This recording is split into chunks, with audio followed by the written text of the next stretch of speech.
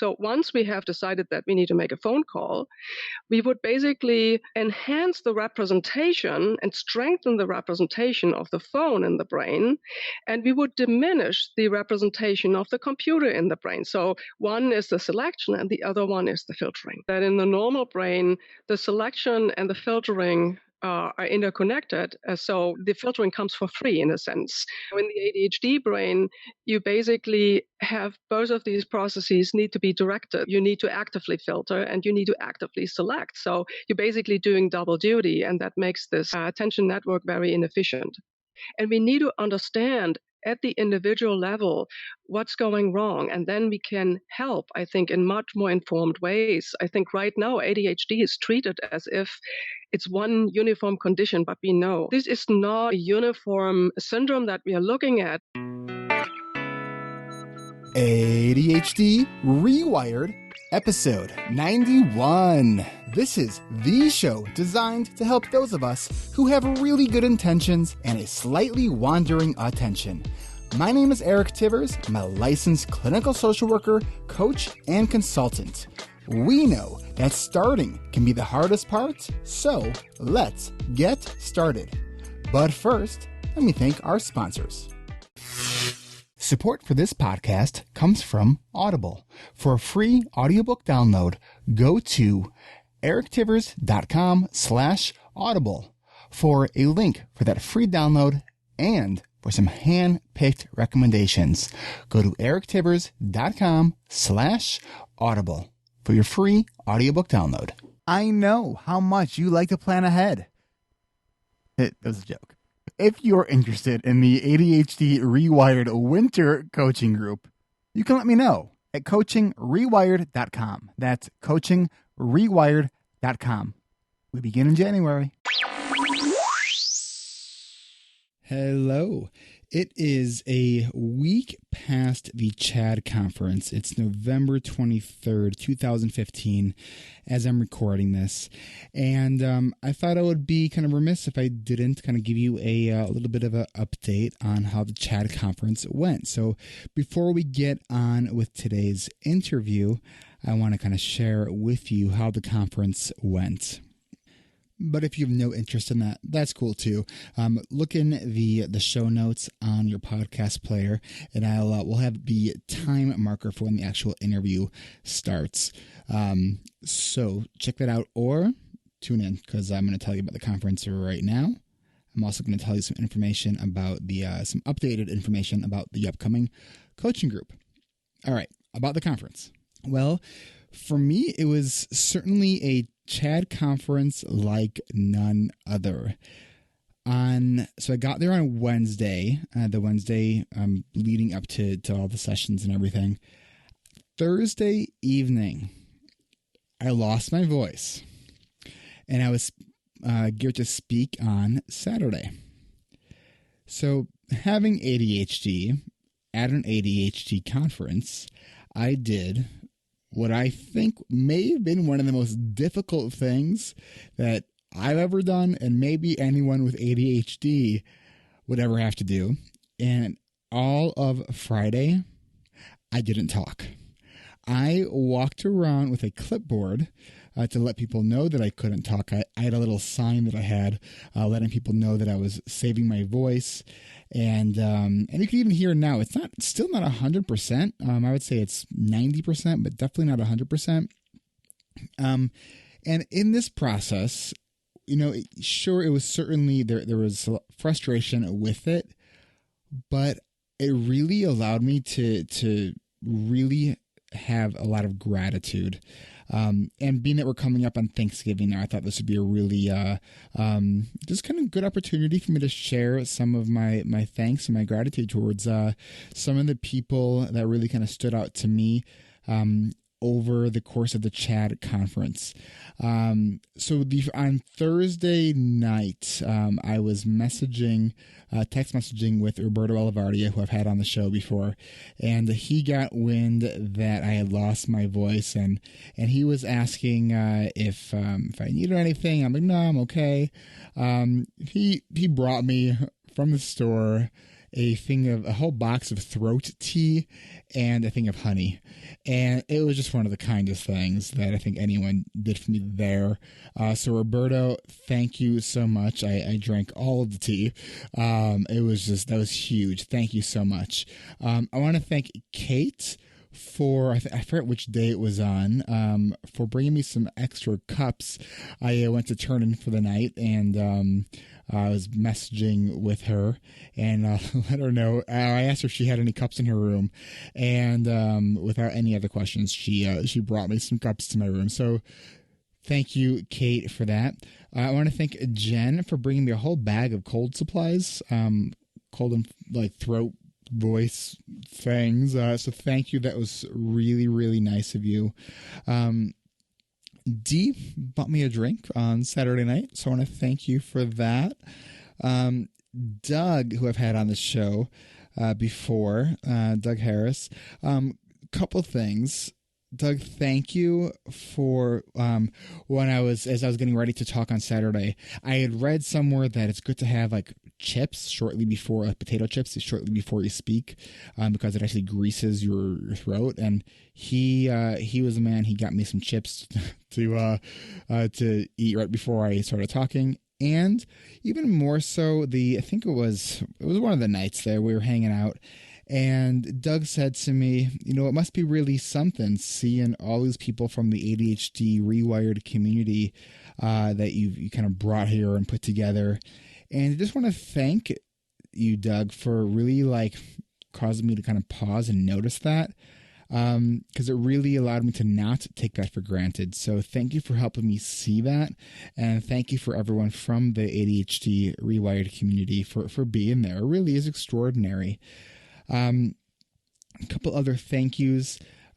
Jeremy from Chad, who invited me to present on Friday, a short presentation. Or no, it was Thursday. Yeah, I think it was Thursday. I lose track of my days. On social media to Chad leaders. So thank you for that, and for the generous Starbucks card for presenting with you. So that was totally unnecessary, but thank you so much for that. And I do have a couple special thank yous. One to Tom Nardone. Tom, I don't know how I could have done the whole conference kind of without you. Tom was my interpreter basically most of the day on Friday when I wasn't talking. It was awesome because Tom just knows me so well.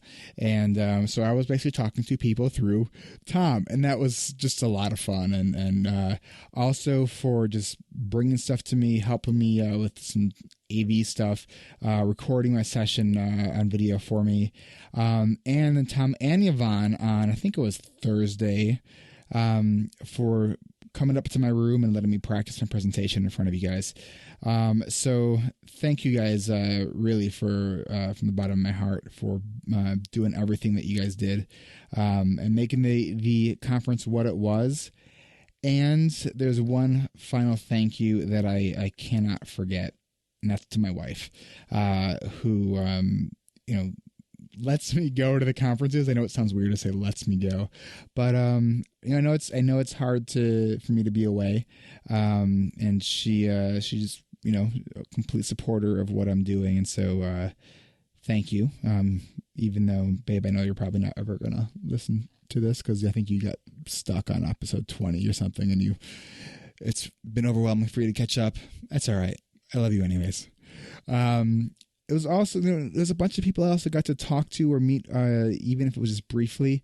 So just want to kind of give a shout out to Andrew, Jenny Friedman, Deshaun Wirt, Lori Dupar. I hope your person schedules with me. We've been going back and forth trying to get you on the podcast. Lolly, it was awesome talking to you. Donna, Andrea, Lisa, Mindy, and Jeff, and Kirsten. It was just awesome hanging out with all of you. I wish I could have talked with more of you guys more. And then I also want to congratulate Kim Kensington, the doctor of procrastination, for finally getting her book published. I know it was a true uphill battle for you, and I just want to congratulate you. I'm so proud of you for doing that. It's going to be a great success.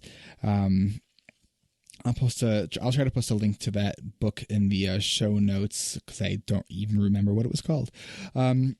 So final thing, just a quick announcement before we get on to the interview regarding the next coaching group. Well, this is the last week of my summer session. And, the last weeks of these coaching groups are always, it's kind of a bittersweet feeling. A lot of growth in people. This session was really, it was great for a lot of different reasons. We had probably the best kind of retention, people who were in the group, consistently in the group for probably more than any other group. So I just thought that was great. And I just love the as we kind of close things out, how a lot of these lessons learned about these insights that we have about productivity are so much deeper than just about getting things done.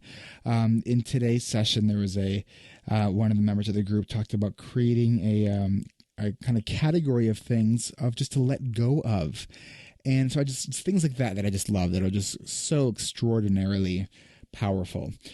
So with this group wrapping up, that means the next group is going to get underway fairly soon. So let me tell you a little bit about that, and then we'll get on with the episode. So the start date, I think I had on my website, it was January 11th. That's actually not accurate. The early registration ends January 11th. So if you want to get in at the lowest cost, definitely sign up for a screening consultation call with me. You can do that at my website. And do that by January 11th. So the start, we're going to have in these coaching groups, they're 10 weeks long. If you've been listening for a while, you're familiar with kind of the framework of it. If you're not, welcome to ADHD Rewired. And here we're more than just a podcast, we're a community, and we do online coaching groups the way no one else does it. So, there's gonna be an orientation week, which is not part of the coaching group. That's February 1st. So that week we're gonna make sure everyone is set up on technology, everything logistically is squared away, and then the following week I'm going on vacation. I'm going to California. So the start date, it's gonna be February 16th of the actual starting with coaching. So if you're interested, schedule your consultation, your free consultation screening call with me now. I already have 2 people signed up, which is always a good sign. So I'm going to stop rambling. I'm going to give you the link, and then we'll get on with this week's episode, this week's interview, because it's a really, really interesting one. All right, go to coachingrewired.com to get more information about the coaching group, and there's links there where you can schedule with me, or you can just go directly to meetme.so/Eric Tivers, and you can schedule your free 20-minute consultation screening with me. All right, guys, thanks for hearing me out. I just wanted to share just what I was grateful for. I wanted to give you the update on the conference. Oh, always one more thing, right? If you guys don't listen to the Tom Nardone show, Tom gives a great Tom and Yvonne have a great recap of the CHAD conference, where I think he made name drop to more people on his episode than I just did on this intro. It's just an awesome, fun episode. Go to the Tom Nardone show to listen to that episode. And if you're still listening to my intro, you're a super fan. This might have been my longest kind of pre-conversation talk of all of our episodes, and this is episode 91. So I just want to thank everybody for listening, for everybody who has left a rating and review on iTunes or Stitcher or wherever you listen to ADHD Rewired on. And did you know that we hit the 200,000 download mark last week? So thank you. And everyone, I hope you have a wonderful Thanksgiving. And if you are listening to this way past Thanksgiving, I hope your Thanksgiving was really nice, even if it was months and months ago. Let's get on with the episode. Here at ADHD Rewired, we are all about sharing stories of what it is like to live with ADHD. The stories that you hear on the show are based on people's experiences and are rooted in science when we're talking about the strategies for living with ADHD.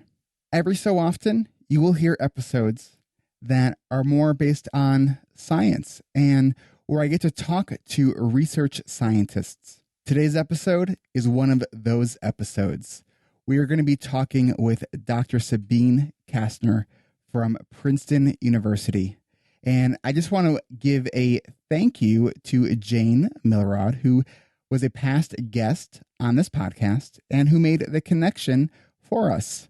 So enjoy this episode. I think you will learn a lot. It was really, really fascinating. We dive into areas of selective attention and how our brain filters attention, focusing on sensory information. And the information that you will hear on today's episode regarding research is preliminary research. And Dr. Sabine Kastner also does a really nice job of stating as such, because using and discussing evidence-based treatments is very important. It is, and is something that guides the stories that I share on this show. The research that she will discuss today is, as she does discuss, in the beginning phases. You may have more questions after the show, and luckily, Dr. Kastner has invited all of you to ask questions by emailing her, and all the links to how you can contact her will be in the show notes for this episode. Without any further ado, let's get on with the interview. Welcome back to another episode of ADHD Rewired. I am really happy to have in the virtual ADHD Rewired studios my guest, Dr. Sabine Kastner. She is a professor of neuroscience and psychology in the Princeton Neuroscience Institute at the Department of Psychology, where she's been since 2000. She serves as the scientific director of the Scully Center Neuroimaging Facility. Dr. Kastner earned her MD in 1993 and her PhD degrees and did her postdoctoral studies at the National Institute of Mental Health. Dr. Kastner studies the neural basis of visual perception, attention, and awareness in the adult brain in patients with brain lesions and during neurodevelopment. She has published more than 100 articles in journals and books, including the Handbook of Attention, a comprehensive state-of-the-art reference for the field, published by Oxford Press in 2013. Dr. Kastner is an advocate for children with neurodevelopmental challenges. And Dr. Kastner, I want to welcome you. You are definitely bringing to ADHD Rewired a wealth of knowledge, and I just want to welcome you. Thank you. Thanks for having me, and thanks for this wonderful introduction. So you have been studying attention and attention selection for 30 years, pretty much, from the very beginning of my career. After, some very basic studies on color perception, I shifted more or less right away to study the problem, how we select information from our cluttered visual environments. So I'm a vision scientist, and what really stands out in vision is that we are surrounded by all this clutter, and we can deal with it in a very efficient and effortless way in a normal developed brain and in a normal adult. But once we see how people who have deficits in this process struggle, we can, that's the moment when we appreciate how efficient this brain can work. And I try to understand what this normal process is that underlies the selection of information that is relevant to ongoing behavior and the filtering of all this clutter, because I think that from a very thorough understanding of these normal processes, we can develop ultimately strategies to help people, patient groups, children who struggle with attention issues. So I think that, everyone in my audience would resonate with the challenge of clutter in their environments, and that we often get visually distracted. I created a video not that long ago using a one of those plasma balls, one of those electricity balls. You put your finger on it, and the electricity is drawn towards your finger, as an analogy for attention in the ADHD brain. And that it doesn't matter what finger is on it. It doesn't matter what is more important than the other thing. The ADHD brain tends to give equal attention to whatever is in its perception. So it has a hard time prioritizing. So it kind of prioritizes based on proximity, not priority. And as you were kind of talking, one of the first things that was coming to my mind was that with your kind of in-depth study of attention in the brain, can give us a better understanding by exploring the why of why is it so important to kind of declutter our spaces and have a visually less distracting environment for our focus, for our attention. Because I think we all know that, yes, it's a good thing that we should be doing, but we also have a really hard time doing it. And I think for a lot of us with ADHD, when we get a why that really, really resonates with us, it actually helps motivate the action to do something different. So I'm really interested in exploring this topic with you. What have you learned over the past 30 years that you think, as far as other attention researchers, especially in the area of ADHD, aren't maybe talking about enough, that needs to be talked about more? I think this is a great question. So what is typically emphasized in ADHD is are control functions of the attention network. So the selection of information and the filtering of unwanted information is subserved by a very large network in the brain, and it basically encompasses all major lobes of the brain. So the frontal lobe, the parietal lobe. If we talk about vision or other sensory domains, also the sensory processing areas. So this network basically operates together to mediate these two functions. And I think what has not been enough emphasized is, first of all, that it's not only about focus and selection, but it's also about the filtering. The way we view this as attention researchers is that this is the flip side of a coin. So one process actually depends on the other. They interact with each other. And I think this kind of interaction has not been emphasized enough. That's one. And the other one is that there's a lot of emphasis on the control functions that are mediated by higher order cortex, by frontal regions in particular, but also by parietal regions. And that basically these control functions fail or are not functional, or whatever happens. It's not really very well understood what the exact neurobasis is. But again, I think this is a shortcut there, because it is very, very possible that the sensory information is already represented in a very different way in individuals afflicted with ADHD. And for that reason, these control mechanisms fail, because they cannot really operate on this sensory processing stream anymore. And When you say it basically, presents in a different way, what do you mean by that? So the let me see how I can explain that in a simplified enough but not too simplistic way. This is sometimes, I know it's one of the most challenging things is to break these really complex ideas down in a way that like a kindergartner can understand it. I think that takes genius to be able to do that, but really valuable, so we can all say, oh, and instead of just sort of grasping it. So to the best that you can. I know that's kind of a challenging question.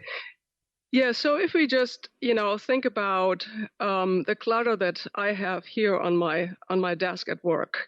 So there are a number of things that, stare at me right now that I need to take care of later on after our interview.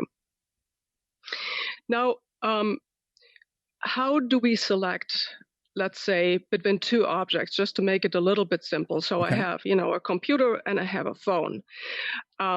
And I want to do something with, one or the other. The way this works, and that is what we have learned from the last 20 years or so, is that when we just stare at these two objects and without any intention, just, in a very passive and not task associated or related way, these two objects will now start to compete at the neural level for being represented. They want to be represented in equal ways. But the way the visual system works is actually that they cannot. So basically, one takes away from the other. And that's an automatic process. And that happens with all the objects in the world. Now, what attention is doing is twofold.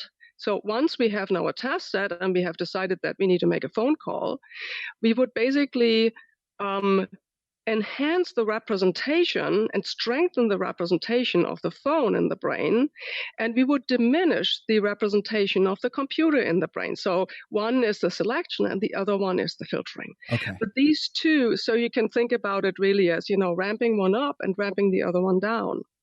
But the key issue is here that this process, this is also what I mean with the flip side of the coin, can only work if we have this initial state of competition in the brain. If we don't have that competition, the whole control mechanism that directs this process of enhancing and diminishing will fail. So one possibility is that in individuals with ADHD, that these kind of competitive processes are not set up. If that is so, that is something that we are going to study actually during the next couple of years here at Princeton in young adults with ADHD. If that is so, then the control has to fail. There is just nothing to work on for the attentional control mechanism because it needs basically this kind of competitive interaction between things in the world in order to be successful. So let me ask you this. So I, about a couple months ago, I was giving a presentation to a group of teachers, and I kind of made up this analogy on the fly, and it came off really well, thankfully, because I sort of took a chance. Let me try to explain it and ask listeners to kind of do this with me. So take your hand and hold up your three fingers. So your it's kind of like the peace sign, but with your ring finger. So your middle finger is your attention network. That's the one that's supposed to be focusing on what you want to be focusing on. To either side of your attention networks is your inhibition networks. They're kind of like the bodyguard for your attention network. The problem with the ADHD brain is the inhibition networks or the bodyguards keep telling the focus network, hey, look at this over here. This is also awesome. So this one's not doing its job. This one's not doing its job as I'm putting both my side fingers down. And then you end up feeling, well, how do you feel when you have one finger in the middle pointing up? So it's, would you say as far as as crude of an analogy as that could be, is that fairly accurate? This is a great analogy because I think what happens here is that in the normal brain, you have your three processes. So I hold those up. And what you see basically is that you get interconnections between, your ring finger and your middle finger, or your pointy finger and your middle finger. So there are constant interactions between this. I think in the ADHD brain, these interactions are not there basically. And this is why now this kind of, control process says, oh, I want to, really select this, but this one is equally strong, yes. So is this. And then you basically start to wander from one to the other, and you cannot resolve this. But I think it is because you do not have these interactions, and they have never developed.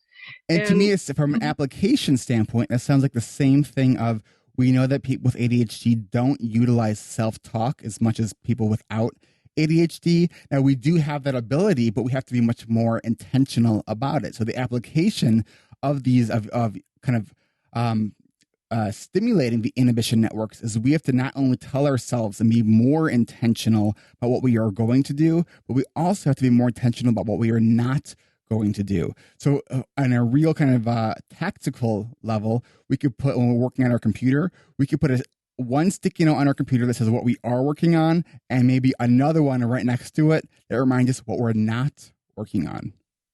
Right. And I think um, what it really means in a sense is that in the normal brain, the selection and the filtering are interconnected. So, the filtering comes for free in a sense. One select, right? Mm-hmm. Whereas, in the ADHD brain, you basically have both of these processes need to be directed. So you need to actively filter and you need to actively select. So you're basically doing double duty, and that makes this attention network very inefficient. Which then, in doing the strategies that I suggested would then further kind of deplete the resources for executive functioning. Yeah. So what else can we do? What is the research showing about this? Well, the research, I think, is in baby stages right now.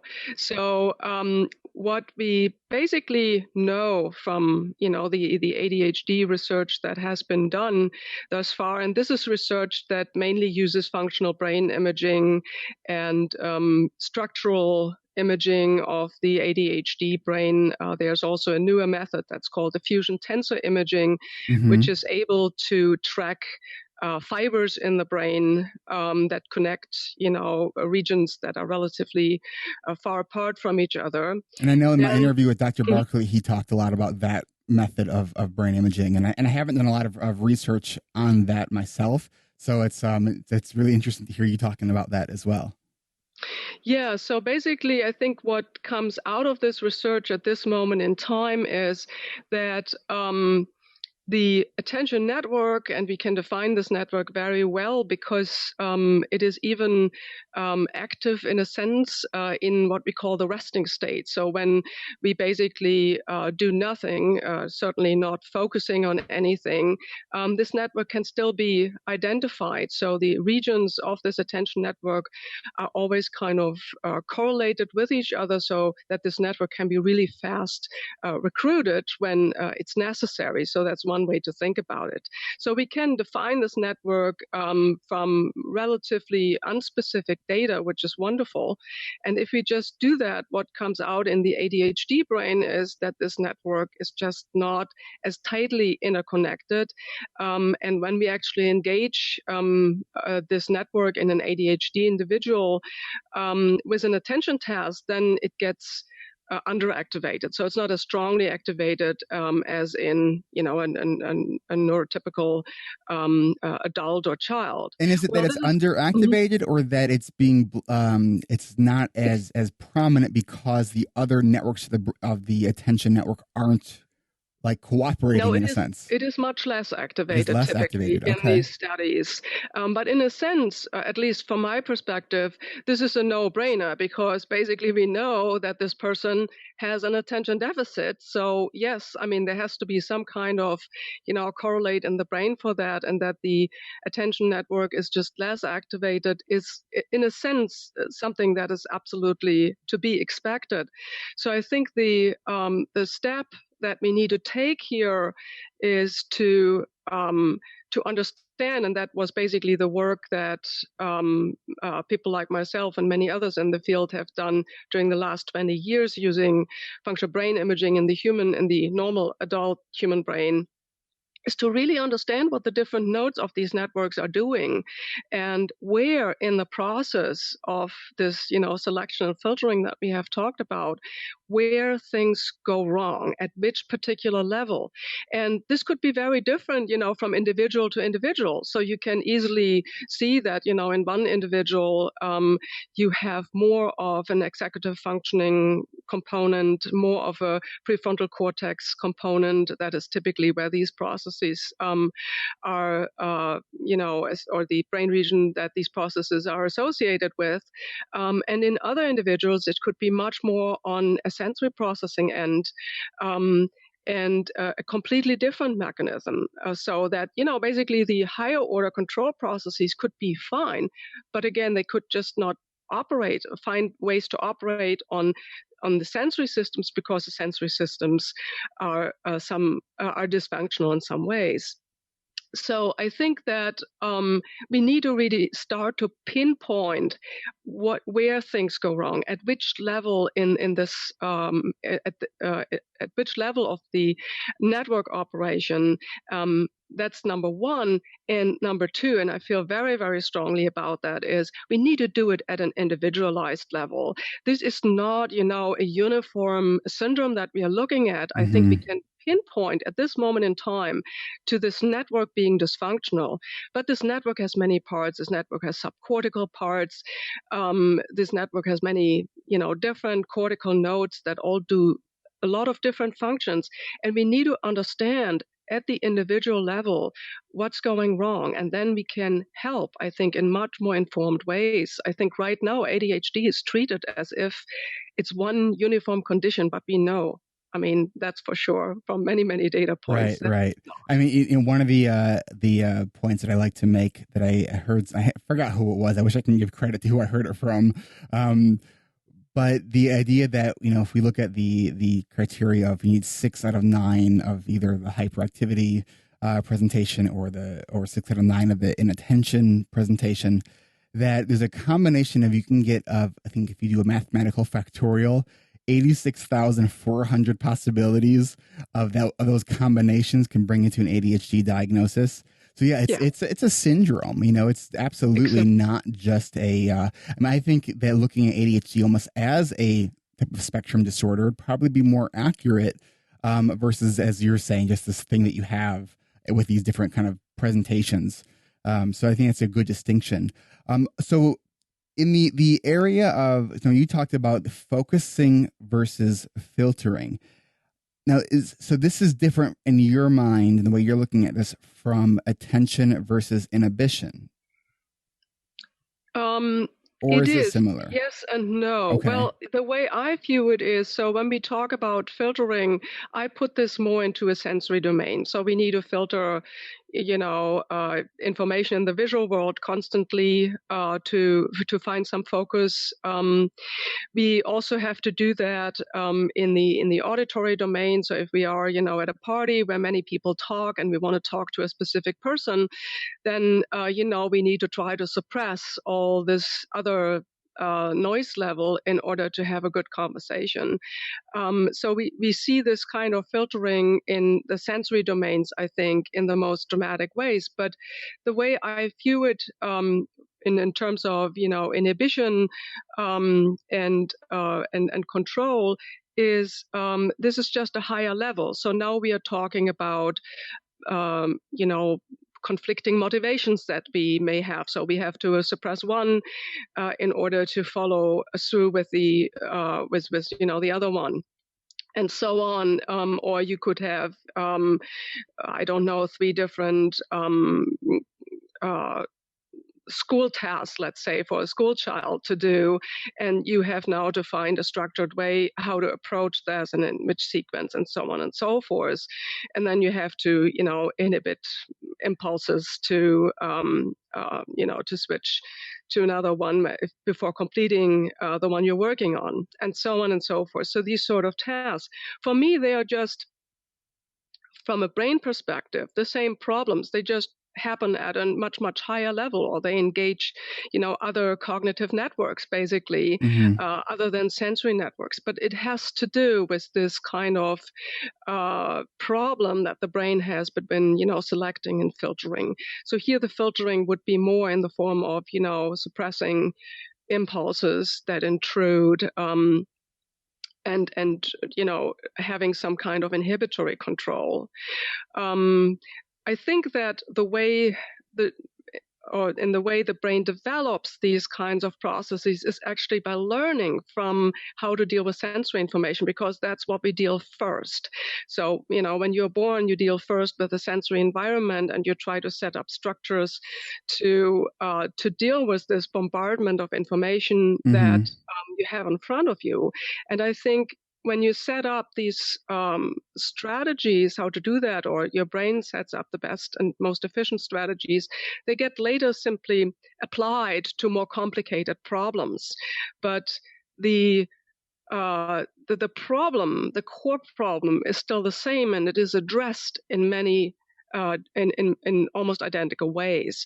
So what I try to say is that if we understand how this is dealt with at this relatively simple, sensory processing level, then we can probably apply a lot what we learn to a much more high level cognitive level, where we probably use a different nomenclature or terminology to refer to these processes. But the processes may not be so different. With my work with individuals on the autism spectrum, especially when I first started working in the field of autism, I definitely worked with a lot of individuals who were very kind of dysregulated in the terms of their sensory regulation system. And one of the things that I learned both through my just on the job experiences and through reading is that you can't get learning if the sensory system is not regulated. So if you have a kid who's having a hard time with their sensory system, you got to focus on that before you focus on anything else. But you can't learn if you don't have attention. But you can't have attention until your body is regulated.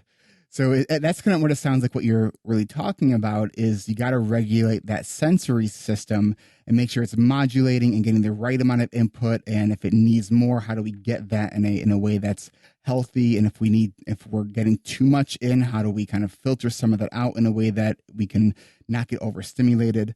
But what has your research shown for adults? Because I think that because of my work with autism, I've seen a lot. To me, it seems like the sensory piece of ADHD is a piece that's not being talked about enough, and I think is an area that needs to be talked about. Because I know for even myself, I as a musician, I look at being able to hear everything as a great ability. In just about every other application, though, it is a pain.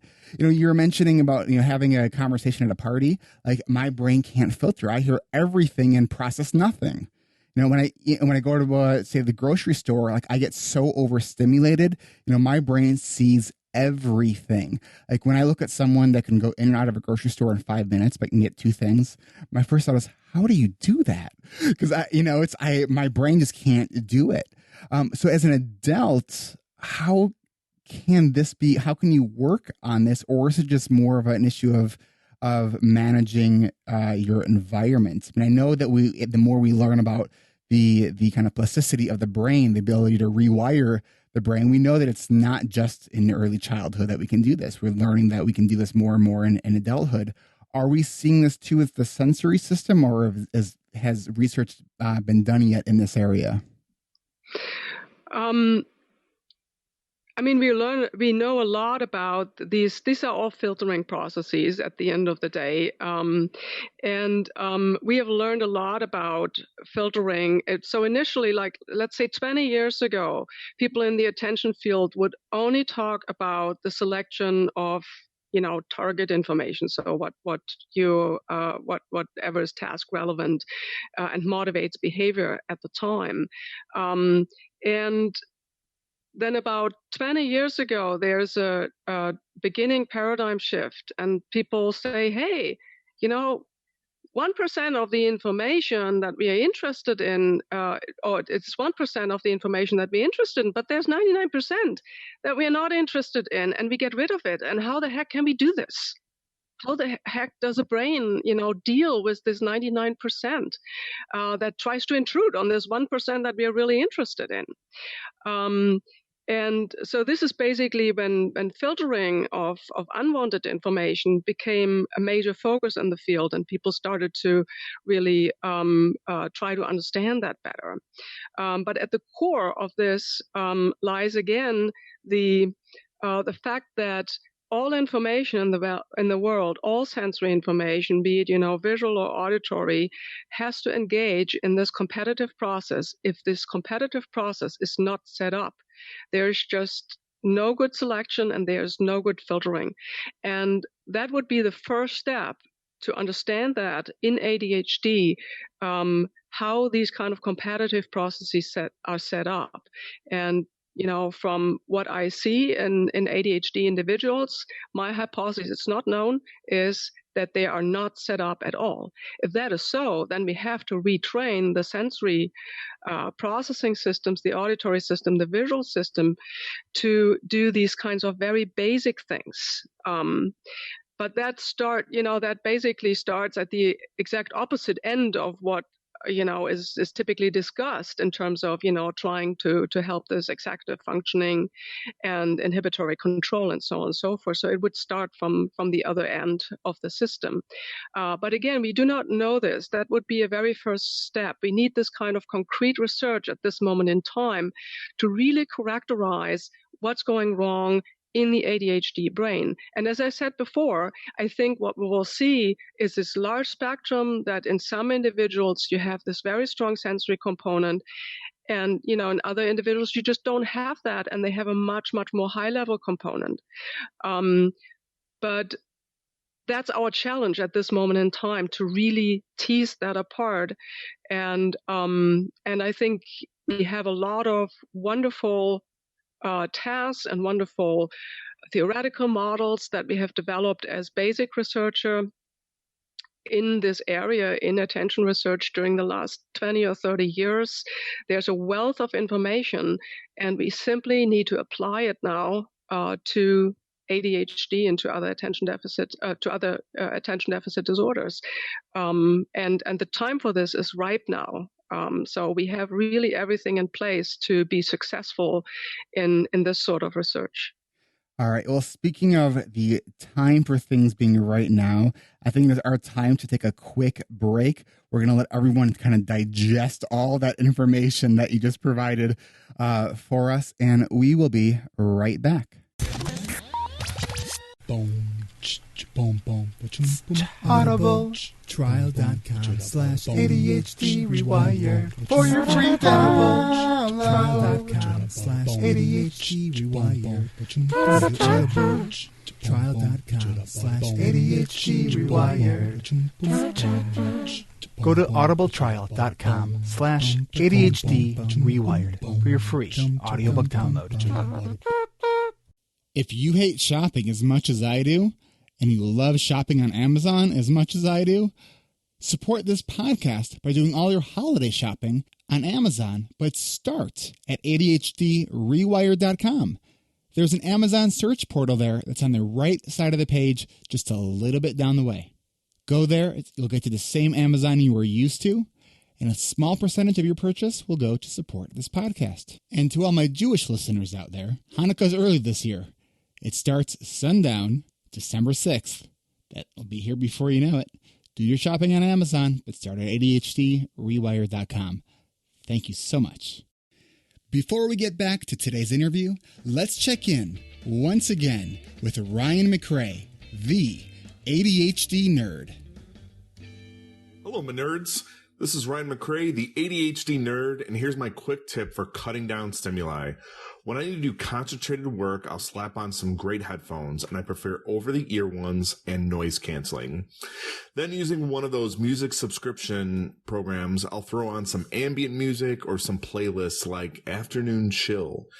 It's got to be something instrumental and relaxing. But recently, my best move has been this: Gregorian chants. Yes, you heard me, Gregorian chants, and they have to be in Latin. Why? Because they're slow and they provide soothing music. The rookie move is listening to new music. You want to listen to something that is lyric-free and calming. Also, this music can't get stuck in my head because I don't understand it. My brain can't record it because it's not sticky enough. There's no comprehension there. If I listen to new music, my brain's competing to memorize the lyrics while I'm trying to read or write, and it just doesn't work. So in short, listen to music that has no lyrics, that's nice and slow, and I can't recommend Gregorian chants more. This has been Ryan McRae, the ADHD nerd, and you can find me at theadhdnerd.com. Now back to Eric. That was Ryan McRae from theadhdnerd.com. Ryan, you're such a nerd.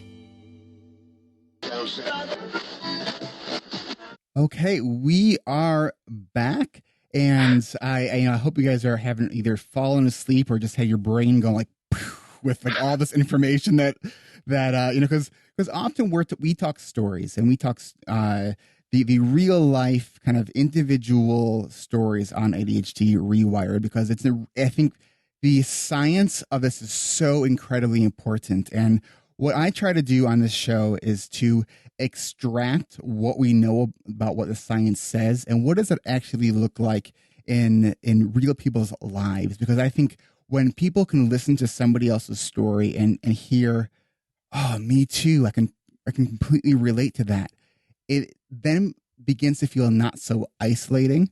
It begins to lessen the shame that a lot of people with ADHD tend to feel because they're maybe going through life with this kind of secret a challenge that they have that they're not maybe sharing with others or not having an understanding of it. And so what I want to kind of get to, what I want to talk about with you is, one, the applications of what are we hoping to discover through this research from a clinical perspective of what interventions are you looking at? And I know that you and I talked a little while ago about drumming, so I'd like to talk a little bit about that. And then the other is just like, what sparked your interest in this field of study? Let's start there. In attention research in general? Yeah. Okay, so I have to go all the way back before I went into neuroscience and into medicine. So I was into humanities. I studied history and philosophy as my first and still very big loves, I think, academically. So you were a liberal science major in that degree? No, I was actually completely uninterested in biological sciences until age 22. Okay. You were studying the humanities. I studied philosophy, okay. and I was deeply interested in questions of consciousness and how we reach awareness about things in the world, about our own existence, and so on. And that brought me automatically, so to speak, to issues of, brain-mind relationships. And I had an eye-opening experience in the mid-'80s, so in my very early 20s, when I attended a lecture by my later PhD mentor, and he was a neurophysiologist, and he was one of the first at the time who would discuss, and that was a public lecture in public, the relationship between neuroscience and philosophy. That was kind of a no-no at the time, that, a neuroscientist would just stand up there and say there's something really important to discuss and to explore. And for me as a philosophy student, this was just amazing. And it became very clear during that lecture that my approach to asking these questions would not be through reasoning or through thinking. It would be through experimentation, so really designing experiments and explore neural processes in the brain. And that's what I did. And so I changed completely gears to the dismay of my family and so on. But I succeeded eventually. And I think it was the right approach for me. But when I saw my PhD mentor and we discussed the theme of my PhD, I would say, I'm going to study consciousness. And he said, well, that's not a very good career choice. And that was good advice, especially at the time. And I said, well, what can I study then? And then he said, well, vision and attention, those are the two themes that are most closely to philosophy as neuroscience can come at this moment in time. And that is certainly true because in vision, or the fascination that I have with vision is that it is a very creative and active process. So the way we reconstruct the world around us is not in a passive way, but really in a very using a lot of internal representations in a very creative way that we have learned. So it's in a sense that we see what we want to see much more than what is out there. And, I think we can all relate to that, where we see what we want to see, we hear what we want to hear, and we do what we want to do. And attention is an integral process of that because, very rarely we view the world by not attending to something, or with attention, I mean here more following some kind of, internal task set of what we are interested into exploring and so on and so forth. And I think this is it's a, from my perspective, or from my view as a scientist, this is really a wonderful hybrid of having a very philosophical mind, but also doing very hardcore basic research that asks very concrete questions and tries to find also concrete answers. So it's not kind of just thinking about the pie in the sky, but putting the puzzle pieces together to have that pie in the sky at one time in the future. Now, you also have interest in dyspraxia, is that correct? Yeah. Can you talk a little bit about that? Yeah, so my son has neurodevelopmental challenges in the area of motor coordination, and that came out about 3 years ago. He's 9 now. He was 6 at the time. That's a very typical age for dyspraxia to be discovered. Of course, he was born. Will you define that for our listeners who might not be familiar with it? Of course. So dyspraxia is a disorder that where you see in these children a lot of issues with coordination. So they have great difficulties to learn motor tasks that rely a lot on coordination, like biking or swimming. It can be simple things like using utensils at the dinner table that are a real challenge for them. In the area of schoolwork, you see typically real big challenges in writing. These children do not write legibly, which during elementary school, is a big problem for them. So these are the kinds of things you see at the surface. There's a much, much richer syndrome behind it, which has a lot to do, again, with sensory processing, which is typically completely overlooked in many of these children, and also in the domain of memory. So they use, since they have very poor motor memory, they use a lot of other memory systems, which then cannot be used for academic work in the school setting, for instance, or also in other settings. So this is just in a nutshell. It's a quite complicated syndrome at the end of the day, which looks like a minor issue with not being able to write legibly turns actually into a disability that is probably not very severe, but is severe enough to really impair especially young children in profound ways. And I have tried to understand this in the first place from a neuroscience perspective or from a neurological perspective a little bit better. And this ultimately is helpful in supporting our son and other children. So I've been an advocate for dyspraxic children ever since. And through that, I also started to have a much more profound understanding of many other neurodevelopmental disorders, including ADHD, because, as you know, many children with ADHD have motor challenges, not only those who have, who are labeled as hyperactive.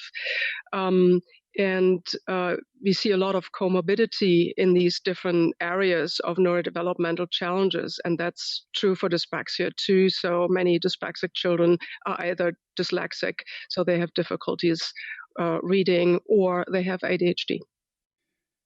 Wow. So you're really been looking at all avenues of the sensory brain and how it relates to what we do, what we see, and how we just kind of move around through the world. And I think it's a really interesting, and if you are curious about the world, it sounds like you are in a great field, because there's probably so many more questions than there are answers at this point still.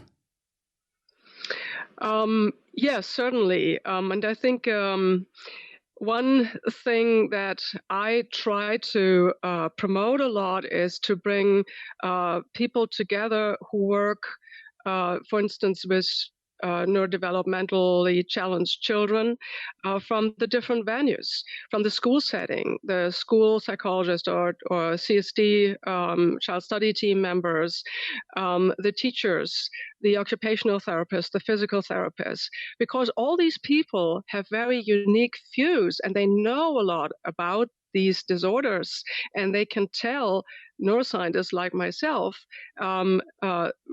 important things that I can learn from and use in my research. I think we need this very integrated approach if we want to really make progress here. And that is something that's hard to do because you bring people together from very different backgrounds and they have to find a common language to talk to each other and the willingness, the openness to do it.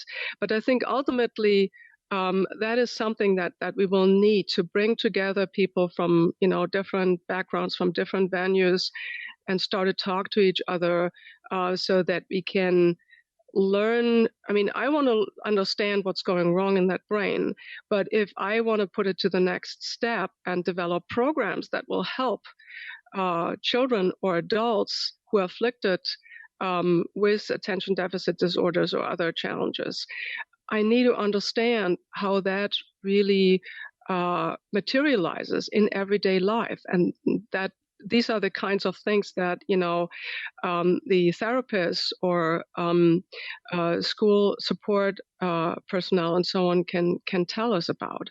So we have to come together, as a community there to work on different parts of this puzzle, and then I think we may be able to help. But this is something that's not really supported very well by funding agencies. They don't understand this approach. If you do research, fine, you do research, but I don't think it's enough. I really think that you need to pull together all stakeholders. It's a very complex. These are complex syndromes that we're dealing with, and they are highly individualized. And in order to account for that, I think we will have to make this effort. And we see this as a challenge in a lot of areas of research where it's such a disconnect between what's happening in the research lab and how is that being implemented in the actual, in the real world. And it's can be, I'm sure it could be disheartening in a lot of ways. And you see that we have this knowledge, and yet we look at the school system, we look at a clinic, and it's sometimes 10 to 15 years of a delay before that information, if it ever gets filtered through where it needs to be, is going. So yeah, I agree with you. That's a challenge. Is there anything that listeners might be able to do that could help you with your research? I'm working, or I'm participating on quite a few social networks through Facebook, and I really find that very, very useful because I learn a lot from that. I learn a lot from the questions that are posted there, because these are very recurrent struggles that you sometimes learn about. And so I would like to encourage the community to continue these kinds of social networks and even expand them, because in the first place, I think support groups are really, really important so that people do not get isolated, are not ashamed of, the differences of their brain. I mean, at the end of the day, we are all different. All our brains are unique.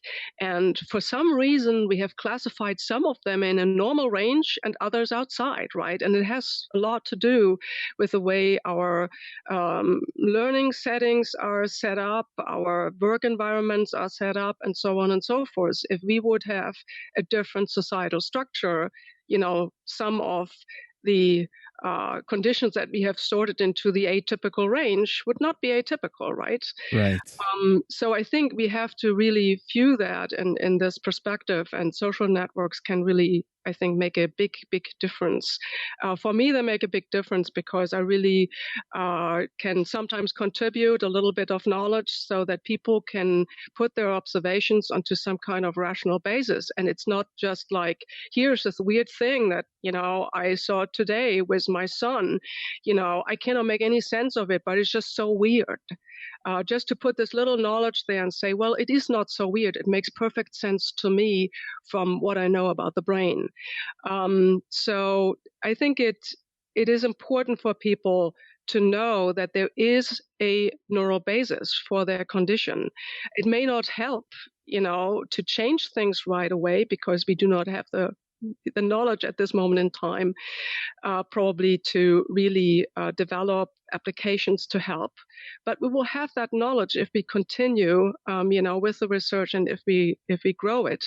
In 10 years from now, ADHD will not be a psychiatric disease or a disease that will be diagnosed on some behavioral criteria. It will be a neurological disease. This is what it is, in my view. There will be clear neurosubstrates for that. I find it interesting that you're referring to it as a disease. I know that a lot of people in the clinical world, would say that, well, it's not a disease at all. It's a disorder.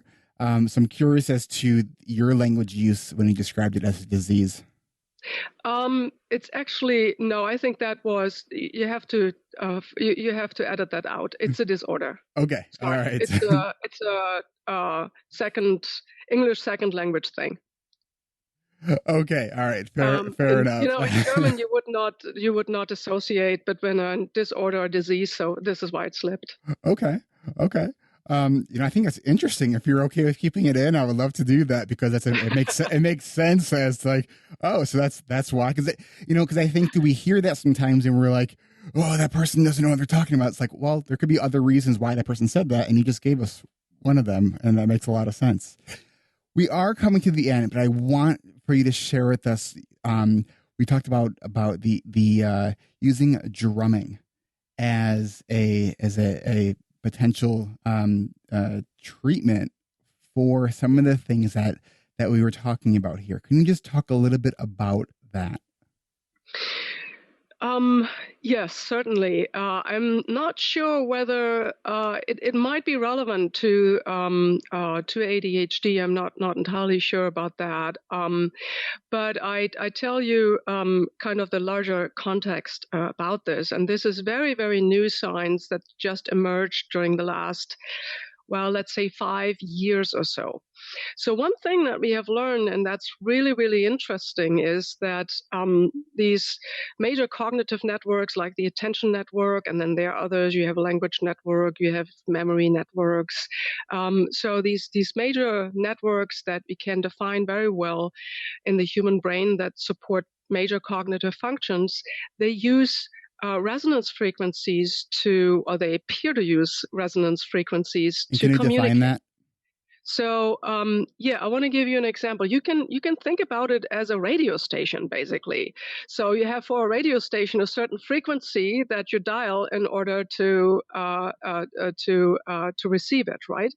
That's very similar. So let's say the attention network would use a 10 hertz frequency because that's just the attention network frequency that it uses. Mm-hmm.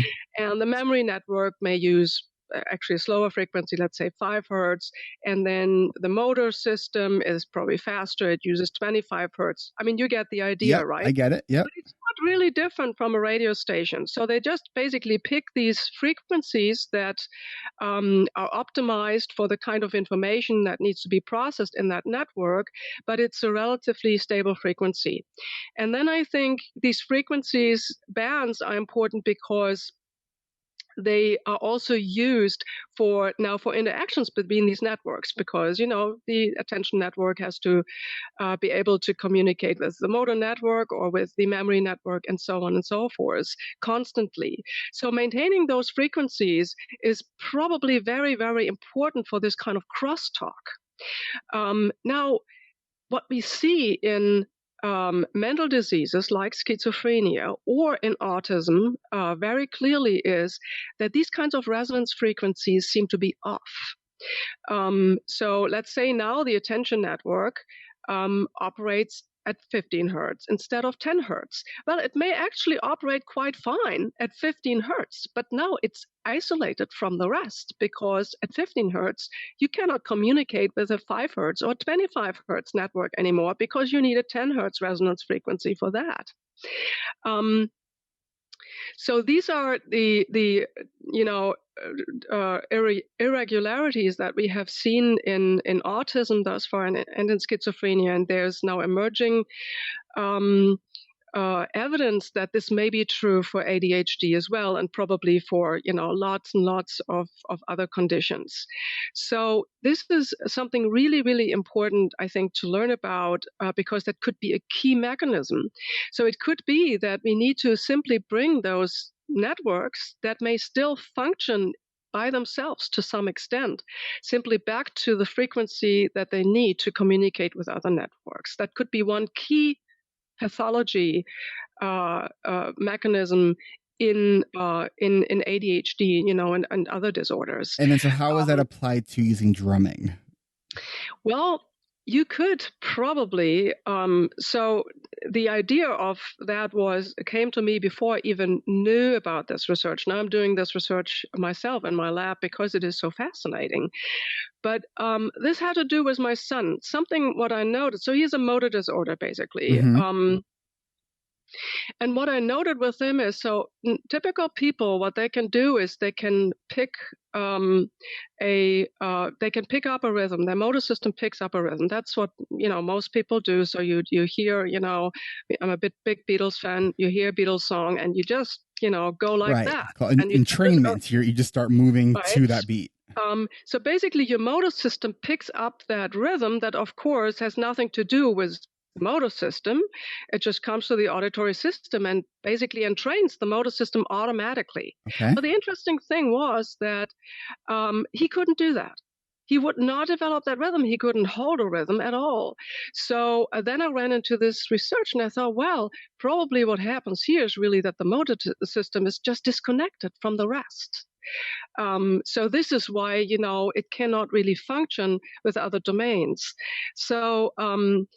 So the idea about drumming here is that we basically start to train that motor system again, that it can pick up other rhythms.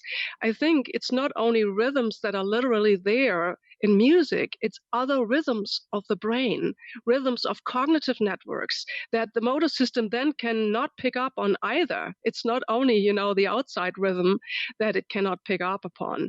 So basically, by giving the motor system back this ability to pick up on rhythms, you may actually build this function again. That's the idea behind it. Whether it works, I don't know. Since he started drumming, we have seen big gains. And we see, of course, at least in a subset of ADHD individuals, a very strong motor component. And in those individuals, this may be worth a try. It comes, it's fun. It doesn't take much, really. But it could be that at the end of the day, just simple interventions like that may be highly successful because they tap into a very profound brain mechanism that we didn't know about until very recently. And again, this is a little bit speculative at this time because it's very new research. But what I could do is to recommend, if you have a hyperactive component in your ADHD, or if your child expresses that, just try it out. It cannot harm, but it may help in big ways.